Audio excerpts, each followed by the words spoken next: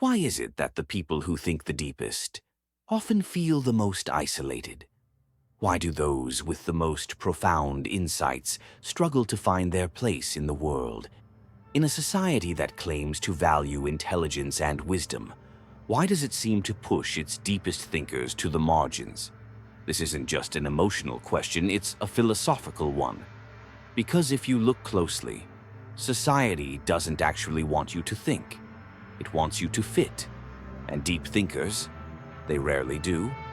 In this video, we'll explore why society rejects deep thinkers and how those who embrace their inner depth can find peace, purpose, and maybe even revolution. At first glance, society looks like a celebration of individualism. Be yourself. Speak your truth. Think outside the box. But these slogans are only tolerated when they don't actually challenge the box itself. In reality, society is a machine, a system built to maintain order. And like any machine, it favors predictability, stability. The more you conform, the more you're rewarded. From school to the workplace, from politics to pop culture. The system teaches you how to repeat, not how to reflect. It praises obedience, not originality. Mimic the model, follow the script, and you'll go far. But deep thinkers, they don't just ask, what is?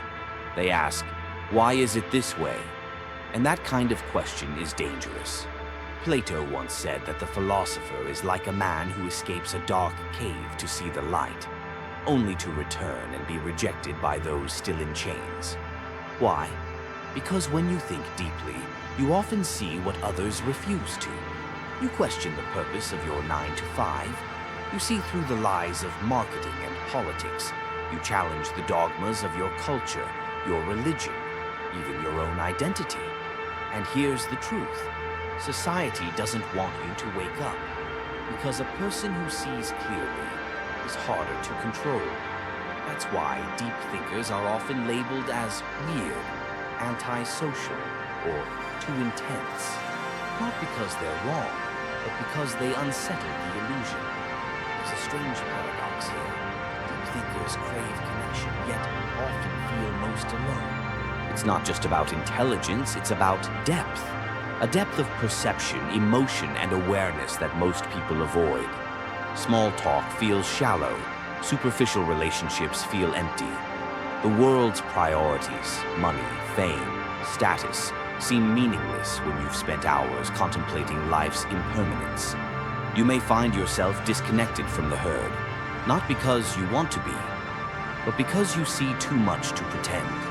This loneliness can lead to depression, nihilism, even despair.